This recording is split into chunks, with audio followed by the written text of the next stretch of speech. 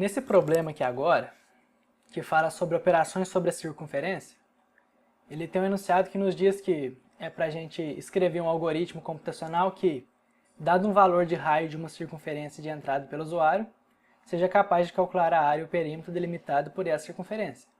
No final, seu programa deve imprimir o valor da área e perímetro calculados, nessa ordem e ambos na mesma linha e separados por espaço.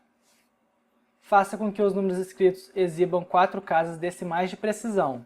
A formatação de saída deve ser feita escrevendo A igual, aí coloca o valor, e P igual, coloca o valor. Desse jeito que ele especificou. Escrevendo tudo na mesma linha, separando por espaço, colocando o A de área igual ao valor da área, espaço P igual o valor do perímetro, e colocando 4 casas de precisão nos valores da área e do perímetro que vão ser escritos no programa, né? Aí ele especificou a entrada, que vai ser só um número real, né? Para dizer que vai ser o raio da circunferência.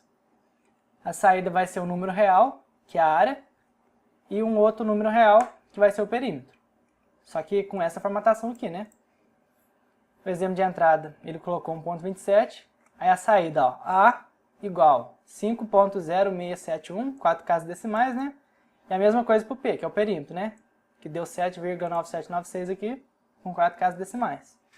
E tudo isso separado por espaços. Então, a estratégia para resolver esse problema, né, é bem simples. Trata-se somente de uma estrutura sequencial para, dado um valor da entrada do usuário, né, ele simplesmente vai efetuar alguns cálculos e vai imprimir o resultado na tela. Então, o esboço fica dessa forma aqui. Dado o comando de início do programa, né, a gente seguindo a regrinha de entrada, processamento e saída, ele primeiro vai buscar na entrada um número real, que vai ser o raio, né? A gente usa o comando input, né, só que transforma essa entrada no número real, de ponto flutuante, né, float. Assim, o programa vai para o processamento, né, que é nada mais nada menos que efetuar cálculos, né, que ele vai calcular a área. É π vezes o raio elevado ao quadrado. Em Python o comando fica mais ou menos assim, né? Vai ter o valor do π, que multiplica o raio, elevado ao quadrado, é 2 asterisco, né, que é a potência, e o 2, que é o quadrado. O perímetro é só 2 vezes o π vezes o raio, né? É só efetuar esses dois cálculos e guardar cada um em uma variável. Para que assim que ele terminar esse cálculo, ele vai para a saída do programa, né? Que é simplesmente imprimir os resultados. Que ele vai imprimir o A, né? Que ele calculou aqui. E imprimir o P, que ele calculou aqui. Sendo que A está me dizendo a área e o P está me dizendo o perímetro. Assim que a gente está fazendo os programas, é bom a gente criar as variáveis com um nome bem sugestivo, né? Para a gente sempre lembrar e não esquecer a que elas estão se referindo. A de área e P de perímetro, né? Só que eu coloquei esse print A e print P aqui, ó, só para lembrar que a gente vai ter que imprimir o A e o P, mas não necessariamente eles vão ser impressos dessa forma, né? Então, vamos à implementação do programa e vamos transformar esse pseudocódigo aqui, né, em forma de fluxograma, para o código real que vai estar resolvendo esse problema, né? Então, vou abrir o Gine aqui. E vamos à implementação real do problema. Então, primeiro a gente precisa definir nossa entrada, né? A entrada vai ser só o raio, né? Vai ser o quê? Um número tipo ponto flutuante escrito de entrada. O próximo passo é o processamento. Processamento vai ter que fazer o quê? Simplesmente calcular a área, né, que eu chamei de A, e o perímetro, né? Eles vão ser igual a um cálculo que vai ser feito. Só que a área vai ser o quê? Vai ser o π raio ao quadrado, né? E o perímetro vai ser 2π vezes o raio. O que é π? Π, se a pessoa sabe de cor, né, vai ser aproximadamente 3,14. Com um pouquinho mais de precisão, coloca o 15 aqui, né? Aí, assim vai. Mas isso não é um número definido, né? Ele é um número irracional, ele tem infinitas casas decimais. Então, se a gente só colocar 3.1415 aqui, ou só 3.14, o programa não vai estar completamente correto. Você vai estar assumindo um erro muito grande nesse cálculo que você vai estar fazendo, né?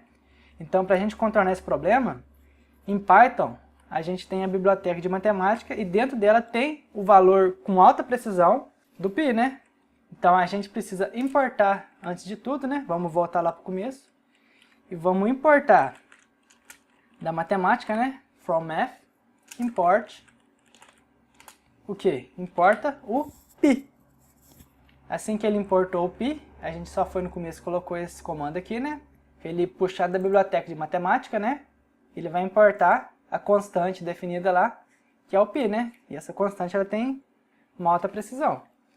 Então a gente agora já pode colocar o π aqui vezes o raio da entrada.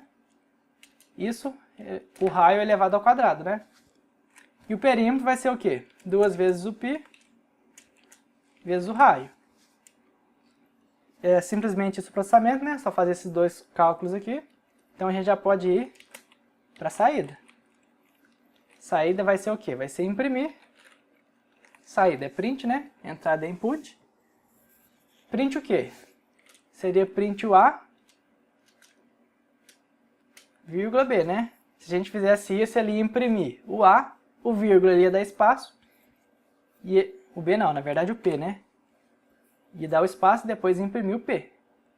Mas, isso daqui não é o suficiente, ó. Que olha como é que ele quer que escreve. Escreve A igual esse valor aqui, né? Que está salvo no nosso A, e tem o P, que está escrito no P. Então, antes da gente consertar a formatação aqui da saída do programa, vamos testar do jeito que está aqui, para ver se pelo menos o cálculo ele já está fazendo certo. Uma estratégia para a gente desenvolver os programas é assim. Assim que a gente terminar um processo, a gente já testa para ver se ele já está dando a resposta certa. E se estiver dando certinho, a gente já parte para outra etapa, que é formatar do jeito que o enunciado está pedindo, para a gente resolver o exercício completamente, né? Então vamos testar aqui rapidinho. Começar um valor aqui, eu vou digitar aqui de uma vez, que é 1.27, né? E olha lá, o que ele deu a saída? Ele deu espaço aqui, né? Ó. Tem um valor aqui, o espaço tem um outro valor. Aqui é o A, aqui é o P, a área e o perímetro, né? Olha lá, 5.0671, 06707, né? Então, o valor aqui está correto, só que só falta a gente imprimir com somente 4 casos de precisão, né? E o perímetro, aqui o valor também deu certo, ó. Com 4 casos de precisão, a gente arredonda aqui, dá 96 no final, e aqui dá 0,7 no final, ele arredonda para 1, né? Então, a gente já viu que a resposta está dando certo, né? Então, a gente já pode consertar a formatação. Qual que seria a melhor forma da gente formatar esse negócio? Olha só o que tem que fazer. Tem que imprimir. Esse pedacinho aqui vai ser o quê? Vai ser uma string, né? Um A igual. Isso aqui é constante. Sempre vai ser assim. E a mesma ideia vai ser para o P, né? Eles sempre vão ser assim, né? E tem um outro problema, que é esses dois valores, eles vão ter que ter somente 4 casas de precisão, né? Então, a melhor forma de a gente fazer isso é dessa forma aqui, ó. Eu vou apagar esse A e P aqui, e dentro do print, eu vou criar uma string.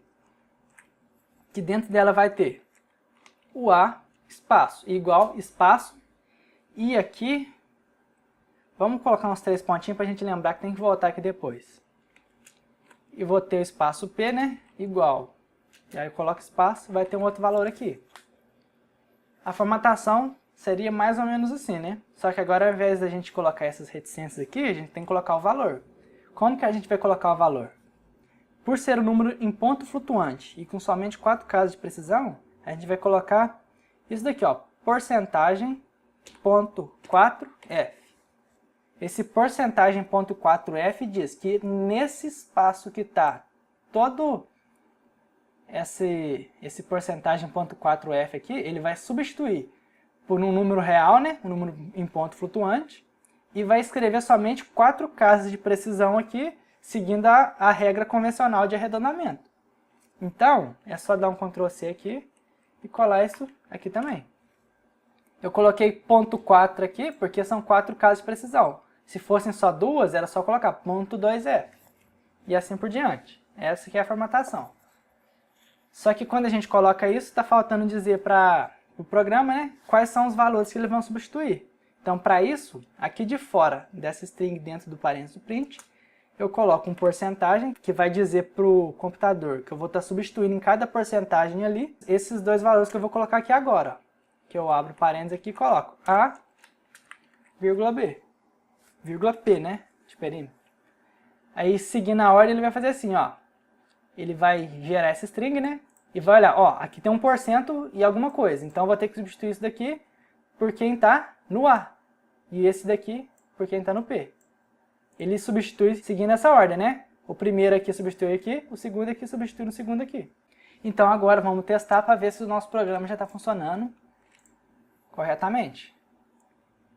Só colocar 1.27, né? E ele imprimiu, ó. A igual espaço, ó. Igualzinho.